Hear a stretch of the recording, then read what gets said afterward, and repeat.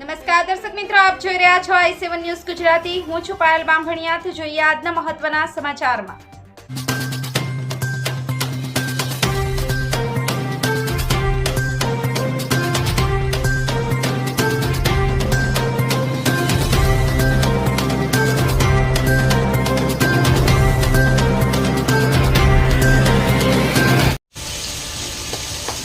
દાહોદ જિલ્લામાં ઘણા ખરા વિસ્તારોમાં કમોસમી વરસાદ, વાવાઝોડા અને કડાકા ભડાકા સાથે મંદઈની પરસ્યો।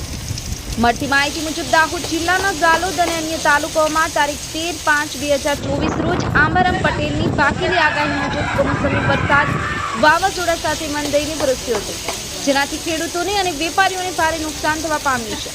મૂંગા પશુઓના ઘાસને પણ અતિ ભારે નુકસાન થયું છે। રોડ રસ્તાઓ પર કરા સાથે વરસાદ પડ્યો હતો, ખેતરોમાં પાણી વહી ચાલ્યું હતું। આમાં કમોસમી વરસાદથી ખેડૂતોને ભારે નુકસાન વેઠવાનો વારો આવ્યો છે। મૂંગા પશુઓ માટે ઘાસ બહાર એકત્રિત કરવામાં આવ્યું હતું, જેને પણ ભારે નુકસાન થવા પામ્યું હોવાનું લોકમુખે ચર્ચાઓ જોવા મળી રહી છે। તો સરકાર આ બાબતે પુખ્ત વિચારણા કરી અને નુકસાન થયું એવા ખેડૂતોને સહાય આપે તેવી માંગ ઉઠવા પામી છે। બ્યુરો ચીફ કાળુભાઈ ડામોર સાથે કેમેરામેન। લાઈક કરો, શેર કરો, સબસ્ક્રાઇબ કરો i7 ન્યૂઝ ગુજરાતી।